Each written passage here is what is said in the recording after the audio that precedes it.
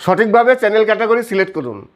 অনেকেই channel category ভুল select করেন, যে কারণে কি হয়, ইউটিউব আপনার ভিডিওতে ইমপ্রেশন পাঠাচ্ছে, কিন্তু ইমপ্রেশন পাঠানো সত্ত্বেও আপনার ভিডিওতে ভিউজ আসছে না। এর কারণ হচ্ছে ভুল লোকের কাছে ইমপ্রেশন পাঠানো বা ভুল ভিউয়ার্সের কাছে আপনার ভিডিওর ইমপ্রেশন পাঠানো।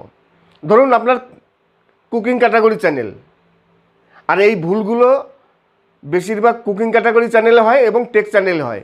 কেননা চ্যানেল ক্যাটাগরি যেখানে সিলেক্ট করা হয় সেখানে কিন্তু কুকিং চ্যানেল কোন ক্যাটাগরিতে রাখা হবে সেটা কিন্তু ওখানে লেখা নেই, বা টেক চ্যানেল কোন ক্যাটাগরিতে রাখা হবে এগুলো লেখা নেই।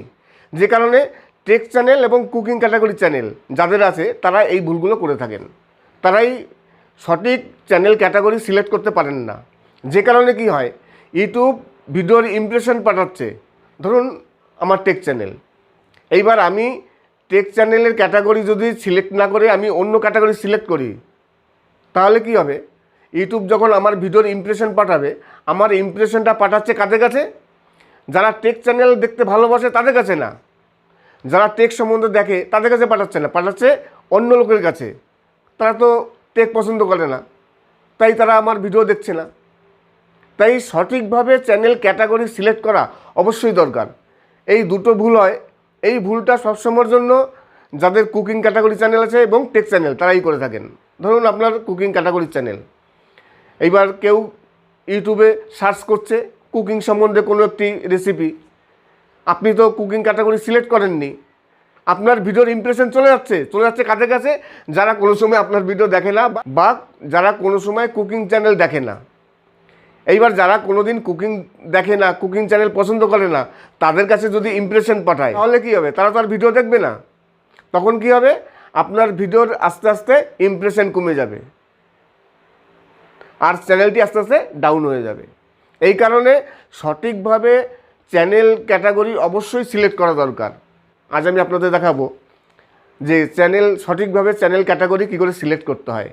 যদিও এই চ্যানেল ক্যাটাগরি নিয়ে আমার দুটো ভিডিও আছে, আমাকে অনেকেই রিকোয়েস্ট করেছে যে আপনি আর একটা নতুন করে ভিডিও বানান, ওই ভিডিওটা কোথায় আছে খুঁজে পাচ্ছেন না।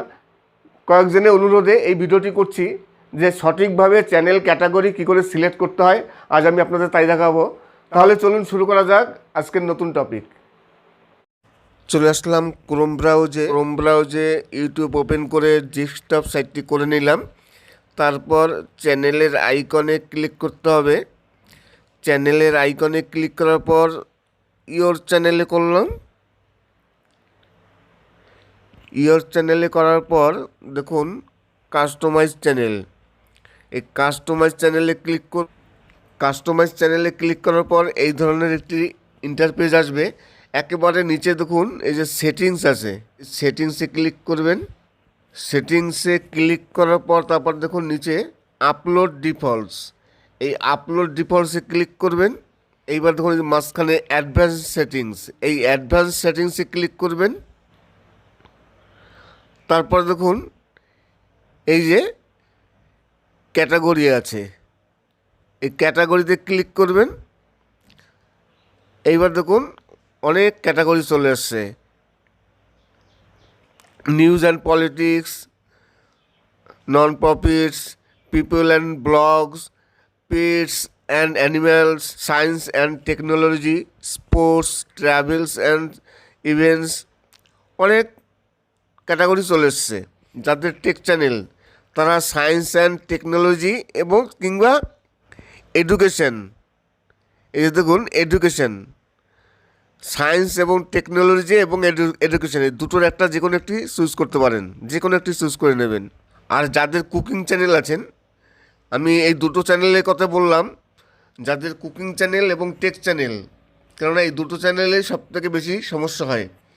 কুকিং চ্যানেল রাখবেন সবসময়ের জন্য আপনারা পিপল অ্যান্ড ব্লগস, এখানে দেখে নেবেন কোথায় পিপল অ্যান্ড ব্লগস করা আছে, এই যে পিপল অ্যান্ড ব্লগস করা আছে। যাদের কুকিং চ্যানেল তারা পিপল অ্যান্ড ব্লগস করবেন, এবং যাদের টেক চ্যানেল তারা এখানে সায়েন্স অ্যান্ড টেকনোলজি কিংবা এডুকেশানে করলেন, আমি করলাম। তারপর দেখুন নিচে এই যে ক্যান্সেল এবং সেভ, এই সেভ অপশন আছে, এই সেভ অপশনে ক্লিক করবেন, সেভ হয়ে যাবে।